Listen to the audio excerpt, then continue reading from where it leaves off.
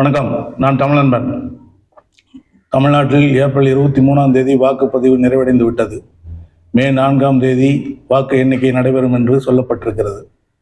இதற்கிடையே கடந்த 2 நாட்களாக திடீரென ஒரு பரபரப்பு நிலவி கொண்டிருக்கிறது. அது என்னவென்றால், ஓட்டுப்பதிவுக்கு பின்னர் தேர்தல் கருத்து கணிப்புகள், அதாவது தேர்தலுக்கு பிந்தைய கருத்து கணிப்புகள் எல்லாம் மேற்கு வங்காளத்தின் 2ஆம் கட்ட தேர்தல் ஏப்ரல் 29 அன்று நடக்கவிருக்கிறது என்ற காரணத்தினால் அதற்கு பிறகுதான் வெளியிட வேண்டும் என்கிற உத்தரவின் காரணமாக தேர்தலுக்கு பிந்தைய கருத்து கணிப்புகள் எதுவும் வெளியாகவில்லை. ஆனால் கடந்த 2 நாட்களாக எல்லா பக்கமும் சொல்லி வைத்த மாதிரி இந்த முறை எல்லாரும் நாங்கள் விசிலுக்கு தான் ஓட்டு போட்டோம், விஜய் கட்சிக்கு தான் ஓட்டு போட்டோம், என் பையன் சொன்னான்னு விஜய் கட்சிக்கு ஓட்டு போட்டேன், ஒரு மாற்றம் வரட்டும்னு விஜய் கட்சிக்கு ஓட்டு போட்டேன், யாரும் நினைத்து பார்க்காத அளவுக்கு எங்கு பார்த்தாலும் விசில் விசில் விசில் என்று சொல்லி கொண்டிருப்பதாக ஒரு தகவல் உலவி கொண்டிருக்கிறது. நிறைய ஒருவர் சந்திக்கும் போது என்னங்க, அதாவது விசில் ஆதரவாளர்கள் இதை மிக உற்சாகமாக பகிர்ந்து கொண்டிருக்கிறார்கள் ஒருவருக்கொருவர். தமிழ்நாட்டு அரசியலின் மீது ஒரு அக்கறையும் ஆர்வமும் உள்ளவர்கள் பதைபதித்து போய் என்னங்க இப்படி சொல்றாங்க, எங்கே நான் சாதாரணமாக ஒருத்தர்கிட்ட கேட்டேன், ஒரு தானி ஓட்டுநர்கிட்ட கேட்டேன், அவரு விஜய்க்கு தான் ஓட்டு போட்டேன்றாரு. ஒரு சாதாரண குடும்பத்தில் பசங்ககிட்ட கேட்டேன், அவங்களுக்கும் விஜய்க்கு தான் ஓட்டு போட்டேன்றாங்க. ஏன்னு கேட்டால் மாற்றம் வரணும்னு சொன்னேன்னு சொல்கிறாங்க. இப்படியான கருத்து பரிமாற்றங்கள் கடந்த 2 நாட்களாக நிறைய நடந்து கொண்டிருக்கின்றன. இந்த கருத்து பரிமாற்றங்கள் என்பது திட்டமிட்டு கட்டமைக்கப்படுகின்ற ஒரு கருத்து பரிமாற்றம் என்பதுதான் அதன் உள்ளே இருக்கின்ற செய்தி. இது தொடர்பாக நான் சில உளவுத்துறை அதிகாரிகளிடம் பேசிக் கொண்டிருந்த போது அவர்கள் சொல்வது என்னவென்றால், இந்த தேர்தலில் திமுக கூட்டணி மீண்டும் வென்று ஆட்சியை பிடிக்கும் என்பதுதான் உளவுத்துறையின் கணிப்பு மற்றும் தேர்தலுக்கு பிந்தைய கருத்து கணிப்பின் தகவலாக இருக்கின்றது. இது ஒன்றிய அரசுக்கு மிக நன்றாக தெரிந்திருக்கிறது. இந்நிலையில் கடைசி நேரத்திலாவது ஏதாவது ஒரு மாற்றத்தை ஏற்படுத்தி விட முடியுமா, மீண்டும் திமுகவை ஆட்சிக்கு வரவிடாமல் தடுத்து விட முடியுமா என்பதற்காக அவர்கள் போராடி கொண்டிருக்கிறார்கள் என்கிற அதிர்ச்சி தகவலை சொல்கிறார்கள். வாக்குப்பதிவே முடிந்து விட்டது, இப்பொழுது என்ன போராட்டம் என்ன போராடி என்ன செய்ய முடியும், இனிமேல் புதிதாக வாக்குப்பதிவா நடக்கப் போகிறது என்று கேட்டால், அப்பொழுது இன்னும் அதிர்ச்சியாக ஒரு தகவலை சொல்கிறார். அதாவது இந்த நேரேட்டிவ் செட்டிங், கருத்து உருவாக்கம், நேரேட்டிவ் செட்டிங் என்று சொல்லப்படுகிற கருத்து உருவாக்கத்தை மிக தீவிரமாக மக்கள் மனதில் பதிய வைத்து விட்டால், இந்த தேர்தலில் விஜய் ஜெயித்தாலும் ஆச்சரியப்படுவதற்கில்லை, விஜய் ஆட்சி அமைத்தாலும் ஆச்சரியப்படுவதற்கில்லை, விஜயினுடைய ஆதரவு இல்லாமல் அதிமுகவோ ஆட்சி அமைக்காது என்கிற கருத்து வரை உருவாக்கி பரப்பி மக்கள் மனதில் நிறைத்து விடுவது ஒன்றுதான் இப்பொழுது அவருடைய வேலையாக இருக்கிறது. அப்படி ஒரு கருத்தை அவர்கள் பரப்புவதற்கு என்ன காரணம் என்றால், தேர்தல் நேரத்தில் தேர்தல் வாக்குப்பதிவு இயந்திரங்களில் மோசடி செய்ய முடியும் என்பது தொடர்ந்து இந்திய ஒன்றியத்தில் இருக்கின்ற குற்றச்சாட்டாக இருக்கிறது. அதனுடைய ஐயங்களை முழுமையாக தீர்க்க ஒன்றிய அரசோ தேர்தல் ஆணையமோ தயாராக இல்லை. திரும்ப அந்த குற்றச்சாட்டும் சொல்லப்பட்டு கொண்டிருக்கிறது. இப்பொழுது வாக்கு இயந்திரங்களில் அவர்கள் மோசடி செய்ய முடியுமா என்றால், அது ஐயந்திரி பெற இல்லவே இல்லை என்றும் சொல்லிவிட முடியாது, நடக்கலாம் என்றும் நம்பக்கூடியதாக இருக்கிறது. இப்படி தேர்தலில் உண்மையாக பதிவான வாக்குகள் திமுகவுக்கு ஆதரவாக இருக்கிறது என்றால், திமுக கூட்டணிக்கு ஆதரவாக இருக்கிறது என்றால், அந்த தகவலும் மக்கள் மனதில் இருக்கிறது என்றால், தேர்தல் முடிவுகள் அதற்கு மாறாக வந்தால் ஒரு பெரிய கொந்தளிப்பு ஏற்படும், ஒரு நம்பிக்கையின்மை ஏற்படும், இதில் மோசடி நடந்திருக்கிறது என்கிற எண்ணம் எல்லோர் மனதிலும் ஏற்படும் என்பதால், தேர்தலில் திமுக தோற்றுவிடும் அல்லது விஜய் கட்சி ஜெயித்துவிடும் அல்லது திமுகவோ அதிமுகவோ ஆட்சி அமைப்பதென்றால் விஜய் ஆதரவு இல்லாமல் ஆட்சி அமைக்க முடியாது என்கிற கருத்தை உருவாக்கிவிட்டால், வாக்குப்பதிவு இயந்திரங்களில் ஏதாவது கோளாறு நடக்கலாம், மோசடி செய்யலாம் என்பது ஒரு பக்கம். அப்படி அதில் செய்யவே முடியாது என்றால், வாக்கு எண்ணிக்கையின் போது சில தகுதித்தங்களை செய்ய முடியும் என்பது நடைமுறையில் அனைவரும் கண்டுணரும் உண்மைதான். அதன் அடிப்படையில் ஏற்கனவே தமிழ்நாட்டில் இதுவரை இந்திய ஒன்றிய வரலாற்றிலே இல்லாத மாதிரி தமிழ்நாட்டில் தேர்தல் நேரத்தில் தேர்தல் ஆணையம் தன்னுடைய அதிகாரத்தை பயன்படுத்தி தமிழ்நாட்டின் தலைமைச் செயலாளரை மாற்றியிருக்கிறது. தலைமைச் செயலாளர் என்பவர் தான் மாவட்ட ஆட்சித்தலைவர்களை கட்டுப்படுத்தக்கூடிய ஒரு அதிகாரி. மாவட்ட ஆட்சியர், இப்பொழுது மாவட்ட ஆட்சியர்கள் தான் அந்தந்த மாவட்டத்தின் தேர்தல் அதிகாரிகள். அதாவது உச்சபட்ச அதிகாரத்தை கொண்டவர்கள். தேர்தல் விஷயத்தில் ஒவ்வொரு மாவட்டத்திலும் உச்சபட்ச அதிகாரம் கொண்டவர் அந்தந்த மாவட்ட ஆட்சியர். அந்த மாவட்ட ஆட்சியர்களை கட்டுப்பாட்டுக்குள் வைத்திருப்பவர், அவர்களுக்கு கட்டளைகள் பிறப்பிக்கக்கூடிய இடத்தில் இருப்பவர் தலைமைச் செயலாளர். இந்த தலைமைச் செயலாளர், தேர்தல் மாவட்ட ஆட்சியர்கள் இவர்கள் அனைவரையும் தங்களது கட்டுப்பாட்டுக்குள் ஏற்கனவே தேர்தல் ஆணையம் வைத்திருக்கிறது. தேர்தல் ஆணையம் என்பது ஒன்றிய அரசின் கைப்பாவை என்பது எதிர்க்கட்சிகளின் குற்றச்சாட்டாக இருக்கிறது. ஒன்றிய அரசு சொல்லித்தான் தேர்தல் ஆணையம் இந்த வேலையில் ஈடுபட்டது. இதுவரை இல்லாத அளவுக்கு தமிழ்நாட்டு அரசின் தலைமைச் செயலாளரை மாற்றியிருக்கிறது, காவல்துறை தலைவரை மாற்றியிருக்கிறது என்றெல்லாம் விமர்சனங்கள் வைக்கப்பட்டன. அதற்கு இன்று வரை பாஜக தரப்பிலோ அதிமுக தரப்பிலோ சரியான விடை கிடையாது. ஆனாலும் இதுவரை இல்லாத, வரலாற்றில் இல்லாத வகையில் தமிழ்நாட்டின் தலைமைச் செயலாளர் தேர்தல் ஆணையத்தால் மாற்றப்பட்டார் என்கிற வரலாற்றை பாஜக அரசு படைத்திருக்கிறது. அதோடு தேர்தல் நடைமுறை, தேர்தல் நடத்தை விதிமுறைகள், தேர்தல் விஷயத்தில் நேரடியாக பங்கு பெறாத உளவுத்துறை தலைவர்களையும் தமிழ்நாடு அரசு நியமித்த உளவுத்துறை தலைவர்களையும் தேர்தல் ஆணையம் மாட்டியிருக்கிறது. அண்மையில் கூட உளவுத்துறை தலைமை பொறுப்பிலிருந்து திரு செந்தில்வேலன் அவர்கள் நீக்கப்பட்டு வேறொருவரை தேர்தல் ஆணையம் நியமித்திருக்கிறது. அதாவது இவர்களாவது நிர்வாக கட்டுப்பாட்டில் இருப்பவர்கள், தேர்தல் ஆணையம் தேர்தல் சம்பந்தப்பட்ட நடைமுறைகளில் ஈடுபடுகிறவர்களை தேர்தல் ஆணையம் மாற்றுகிறது என்றால் கூட ஒரு நியாயம் இருக்கிறது. தேர்தலுக்கு தொடர்பே இல்லாத உளவுத்துறை ஆட்களை மாற்றுகிறது என்பதில் ஐயம் இருக்கிறது. இது சரியான நடைமுறை இல்லை என்று ஒன்றிய அரசுக்கு முறைப்படி திமுக சார்பில் கடிதங்கள் எழுதப்பட்டிருக்கின்றன. இந்த நிகழ்வுகளை எல்லாம் வைத்து பார்க்கும்போது அந்த உளவுத்துறை நண்பரும் சொல்வது என்னவென்றால், அதாவது ஒரு கருத்து திணிப்பு, அதாவது கருத்து உருவாக்கம் ஒன்றை செய்து வைக்கிறார்கள். இப்பொழுது அந்த கருத்து உருவாக்கத்தின் விளைவாக தேர்தல் நேரத்தில் தேர்தல் வாக்கு எண்ணிக்கையின் போது ஒரு இடங்களில் வாக்குகள் குறைந்த வித்தியாசத்தில் வெற்றிகள் நடப்பது ரொம்ப இயல்பான ஒன்று. கடந்த தேர்தல், எல்லா தேர்தல்களிலுமே 500 வாக்குகள் வித்தியாசம், 1000 வாக்குகள் வித்தியாசம், 100 வாக்குகள் வித்தியாசம், ஏன் ஒரு சில இடங்களில் 1 வாக்கு வித்தியாசத்தில் வென்றவர்கள் கூட உண்டு. நமது தேர்தல் விதிப்படி ஒருவர் 1,00,000 வாக்குகள், ஒருவர் 1,00,001 வாக்கு என்றால் அந்த 1,00,001 வாக்கு பெற்றவர் தான் வெற்றி பெற்றவர் ஆவார். 1,00,000 வாக்கு பெற்றவர்களுக்கு எந்த மதிப்பும் கிடையாது என்பதுதான் நம்முடைய தேர்தல் நடைமுறையாக இருக்கிறது.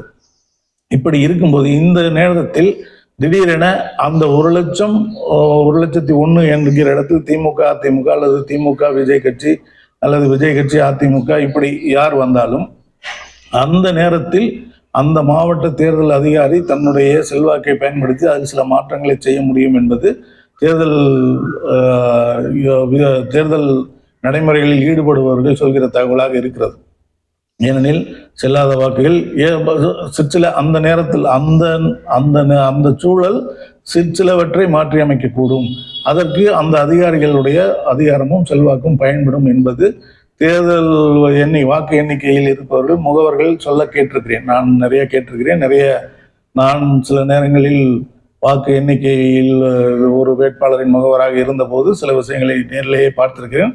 அப்பொழுதெல்லாம் வாக்குச்சீட்டுகள் என்பதால் அது எளிமையாக நடந்தது. இப்பொழுது வாக்கு இயந்திரங்களில் பதிவான வாக்கு என்பது இதில் மாற்றம் செய்ய முடியுமா என்பதில் ஒரு சந்தேகம் இருக்கிறது. மாற்றம் செய்யவே முடியாது என்ற ஒரு பக்கம், மாற்றம் செய்யலாம் என்பது ஒரு பக்கம், அந்த விவாதம் ஒரு பக்கம் இருக்கட்டும். ஆனால் அந்த நேரத்தில் இந்த திமுகவுக்கு 100 வாக்கு, அதிமுகவுக்கு 90 வாக்கு, விஜய் கட்சிக்கு 80 வாக்கு என்று இருக்கிறது என்று எடுத்துக்காட்டுக்கு வைத்துக் கொண்டால் அதை அப்படியே மாற்றி அமைக்க முடியும், மாற்றி சொல்ல முடியும்.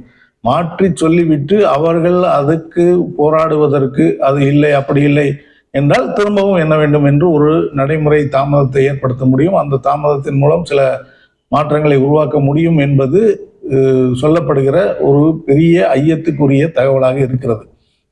இந்த சந்தேகத்தின் பலனை அது அனுபவித்து விட வேண்டும், சந்தேகத்தின் பலனை வைத்துக்கொண்டு திமுகவை தோல்வியடைய வைத்து விட வேண்டும் என்கிற முடிவில் ஒன்றிய பாஜக அரசு இருக்கிறதோ எனும் ஐயம்தான் இந்த 2 நாட்களாக எங்கு பார்த்தாலும் விசில் சத்தம் என்கிற முழக்கத்தை கேட்க முடிகிறது.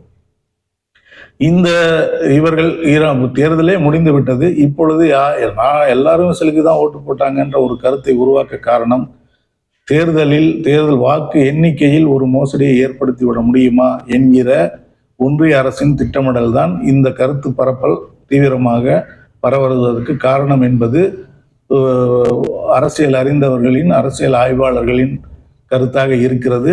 அதை சில உளவுத்துறை நண்பர்களும் உறுதி செய்கிறார்கள். இப்படியெல்லாம் நடக்கக்கூடும், நடக்காது என்று இல்லை.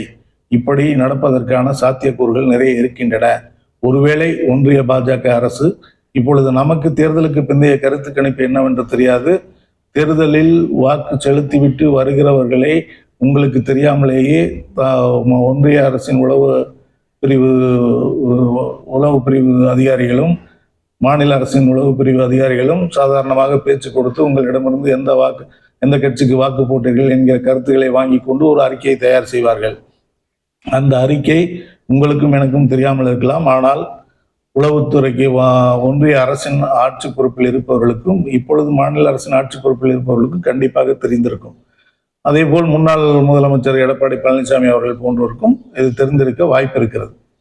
இப்படி இருக்கும்போது திடீரென தேர்தல் வாக்குப்பதிவு 23ஆம் தேதி முடிந்தது, 24ஆம் தேதி அமைதியாக இருந்தது, 25, 26 ஆகிய நாட்களில் மிக தீவிரமாக எங்கு பார்த்தாலும் விசில் சின்னம் என்கிற ஒரு கருத்து பரவல் நடந்து கொண்டிருக்கிறது.